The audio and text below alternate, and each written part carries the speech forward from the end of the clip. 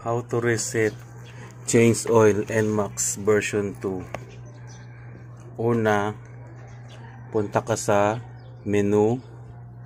Ito yung menu. Ito yung menu ng NMAX. Yan, nakikita nyo ba?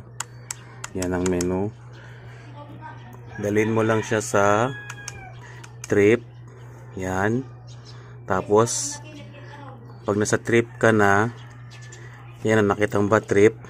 Yan, trip. Nakita mo ba?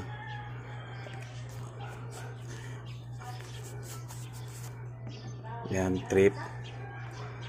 O, pag nakita mo na yan, trip, pag nandiyan ka na, ilong press mo ulit. Yan. Pag nagbi-blink na yung kilometer niya, pag nagbi-blink na yan, ilong press mo ulit para mag-zero siya. O, nag-zero na siya.